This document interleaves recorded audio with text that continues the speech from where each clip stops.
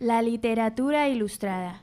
Para saber de qué se trata esta literatura, empezaremos por decir qué es la Ilustración. Pues bien, la Ilustración fue una época histórica y un movimiento cultural e intelectual europeo que se desarrolló desde fines del siglo XVII hasta el inicio de la Revolución Francesa en Europa, correctamente en Inglaterra y Francia. Esta época también es conocida como el siglo de las luces. El siglo XVIII es llamado siglo de las luces o siglo de la razón, porque en este periodo llegó a su culminación el entusiasmo por la razón humana. En este siglo surgió el racionalismo, una ideología que afirmaba a la razón como la luz que ilumina, guía y valora la vida de los hombres. En Francia surgió la Ilustración, un movimiento basado en el racionalismo, que defendía los derechos de libertad e igualdad de los hombres y que emprendió una dura crítica contra el orden establecido. Características más relevantes del siglo XVIII. El racionalismo.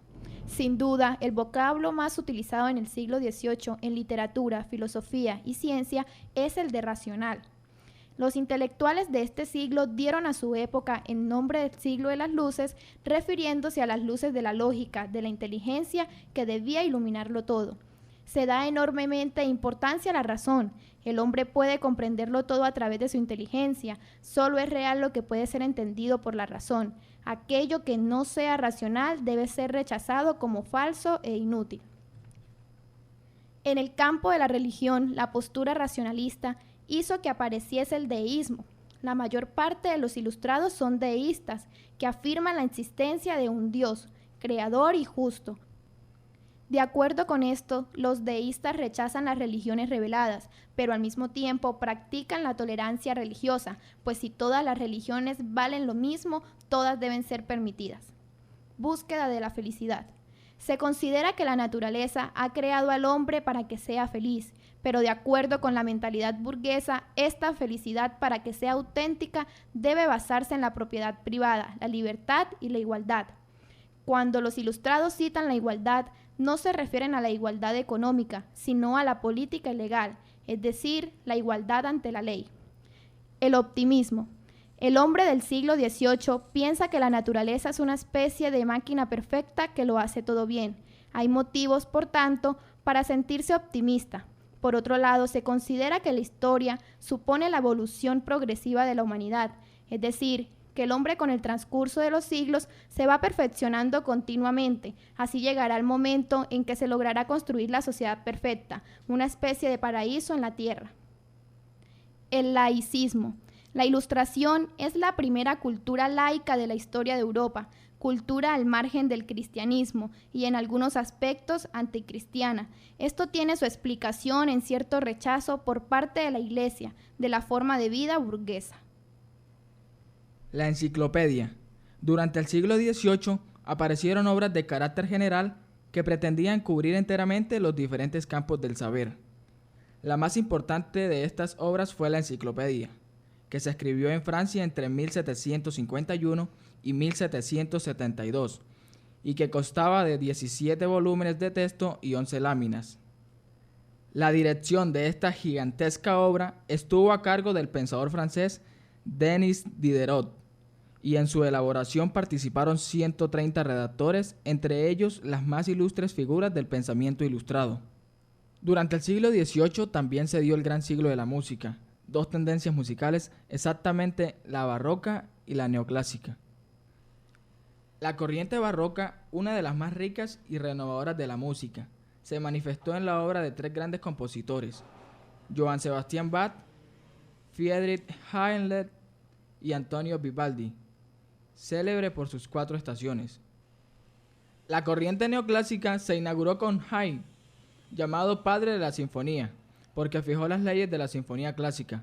Luego aparecería Mozart, admirado por su genialidad y precocidad, pues empezó a componer a los 6 años de edad.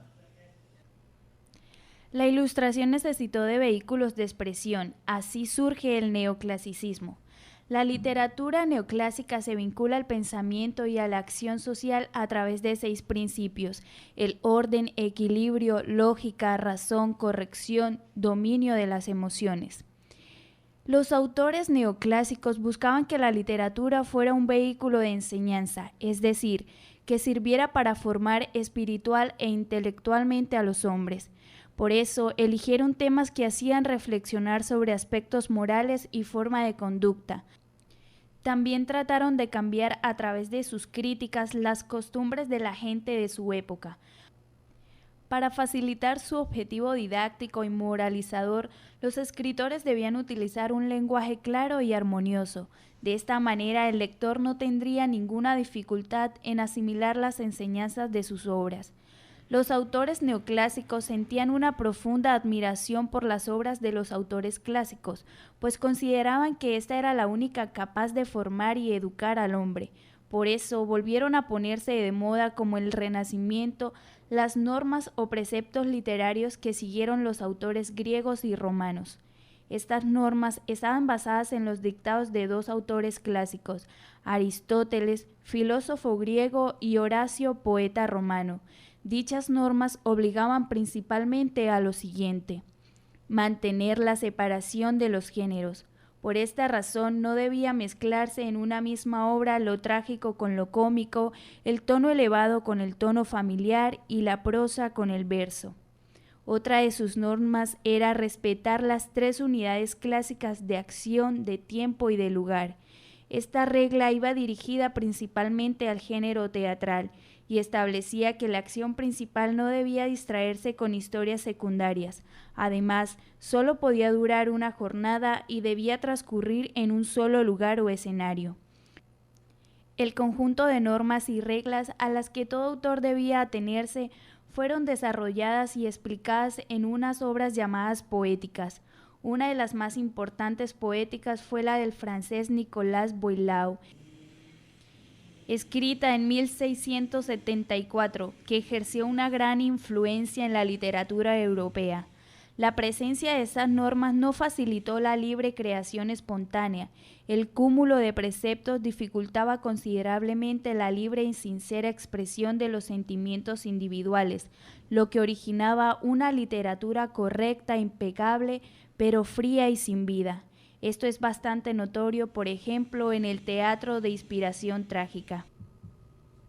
Los géneros literarios de esta época fueron: el ensayo.